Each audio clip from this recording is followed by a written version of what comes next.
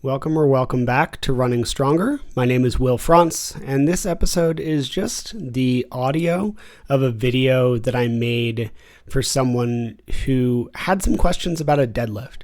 Her deadlift is starting to get heavy. She's feeling it in her back, not in a bad way, but in a way that the back sensation is limiting the ability to train the legs.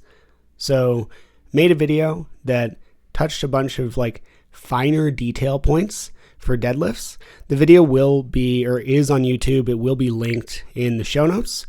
But here's the audio in case you're interested and you're not really a video person and you know what deadlifts are and what these things might mean, then I figured it might be useful. So let's get into it. And if it sounds like a video that was recorded for a particular individual, that's because it was. So as I said in the last video, deadlifts are hard, right? And you're starting to lift a weight that's really meaningful. So some of this is just going to be a problem of the weight, and it's going to take some time to start to stack more on. Now let's look at a couple things that can just be a little nitpicky about a really good deadlift, right? If we think about what we're trying to do here, we're going to be down on the ground, and then I'm just trying to basically elevator the bar up, right? So I need to find whatever leverage positions work for me that allow me to grip this bar tight and just straight up into my hips and then straight back down. So a couple things that are going to help in terms of maintaining that straight bar path and also not making your back work as hard. First, expect that your back is going to work. Your back is working. When we're in this position against a relatively heavy load, you're going to feel back engagement. The notion that you're not is just not realistic, right? We don't want it to hurt. We don't want it to tweak. We don't want to feel like we're pulling anything. But those muscles are working, and much like you'll feel your biceps engage during pull-ups, we are also going to probably feel our back engage during a deadlift. Now, on that note, we can also probably brace better. So usually when we first learn to brace, we just kind of bring everything in and keep it tight. When we are looking to brace for heavier loads, we're more looking to take a sip of air and then push out, and we can visualize a full soda can that you really just can't crush. There's just too much pressure. Soda can's full. Between the liquid and the carbonation, the really tight seal, doesn't matter how hard you're going to squeeze that thing, at most you're going to make a really small indent, right? Versus if we have an open soda can or a half full soda can, then we can crush that thing, right? So a good way to learn to brace here is to wrap your hands kind of around the squishy part of your midsection, take in a small breath. You don't need to breathe in like you're about to go fully underwater, but we also don't want to be completely empty. So that's enough. And then once you breathe in like that, you want to push out in a 360 degree and maintain pressure, right? So I'm going to grip my rib right below my ribs, and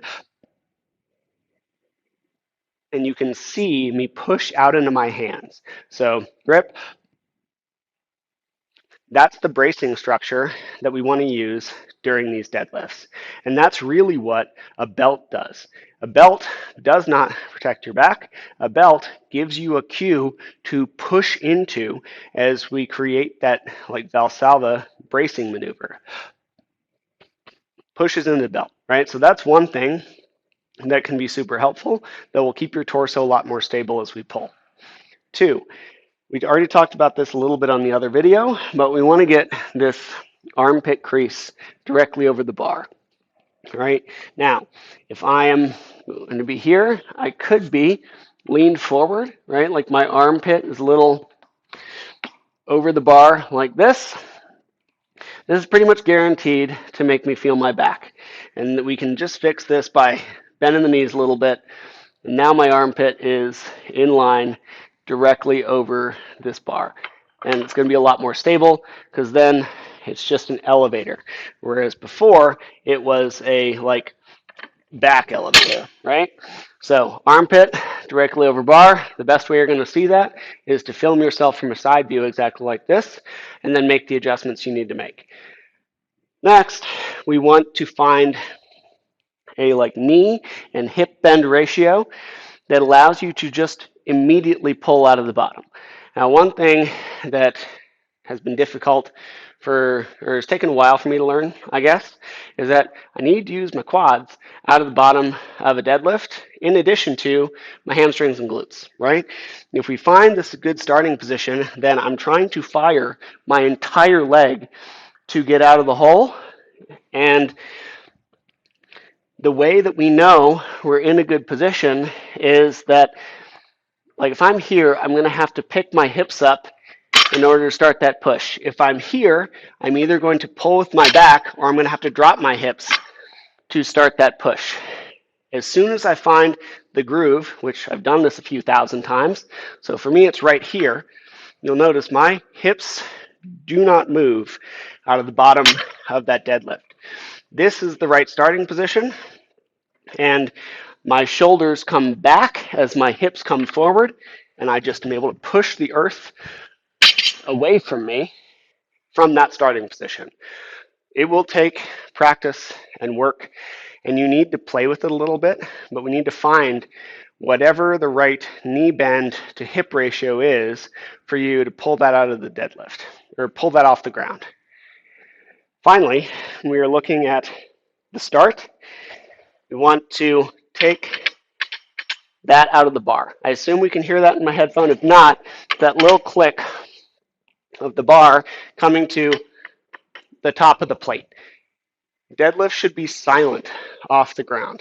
We do not want to yank it off the ground. If we yank it off the ground, we're going to hear that click. Instead, we want to take that click away and then pull, right? So along with like finding that good hip position, we want to make everything tight, right?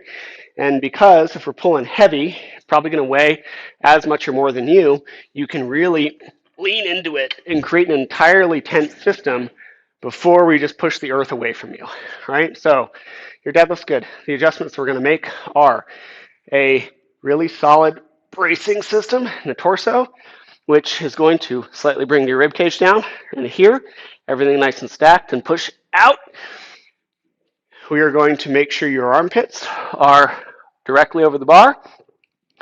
You're going to find a good hip to knee bend ratio. That means you do not move your hips out of the bottom. It just pulls. And then you're going to take the slack out of the bar. And then once we get everything set, so pull the bar.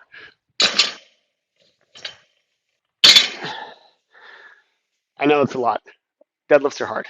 Let me know if you have any questions. Give it a try, and we'll just keep going back and forth and figuring it out.